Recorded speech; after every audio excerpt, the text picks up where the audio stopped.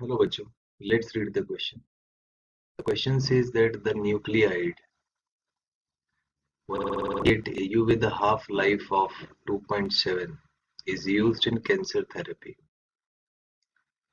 What mass of this nucleide is required to produce an activity of 250 curie Ci?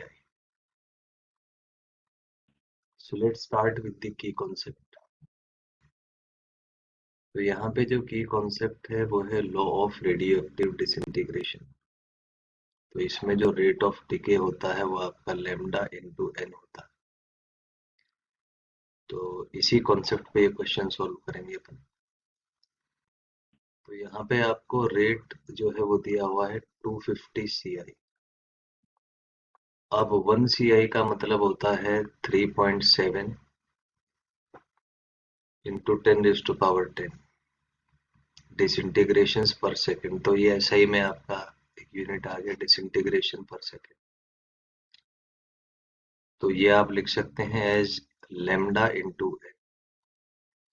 तो यहाँ से जो number of nuclei आपका आएगा वो आप कैलकुलेट कर सकते हैं as 250 multiplied by 3.7 into 10⁻10 divided by lambda।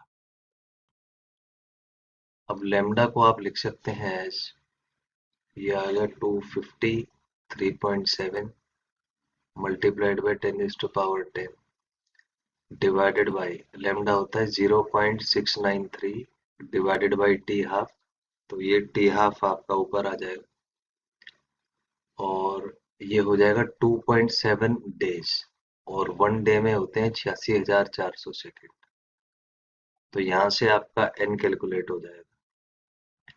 अब यहाँ से नंबर ऑफ मोल्स जो हैं, क्योंकि एक मोल में एवोगेड्रोस नंबर होते हैं, तो वो आपका आ जाएगा n divided by 6.023 multiplied by 10⁻23। और नंबर ऑफ मोल्स जो है ये इक्वल होता है mass divided by the nuclear mass या मोलिकुलर मास आप कह सकते हैं।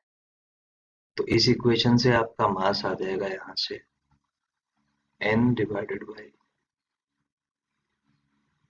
6.023 इंटू 10⁻23 और मोलिकुलर मास क्योंकि इसका 198 है तो ये आपका यहाँ से मास आ जाएगा। तो यहाँ से आप अगर इसको सॉल्व करें तो m आ जाएगा आपका 250 multiplied by 3.7 multiplied by 10⁻10 into 2.7 into 86400 divided by 0.693 multiplied by 198 and divided by 6.023 multiplied by 10⁻23। तो इसे अगर आप सॉल्व करेंगे अप्रोक्सीमेटली 1 मिलीग्राम के आसपास आ जाएगा। Final answer will be 1 milligram। I hope you understand it well. Thank you.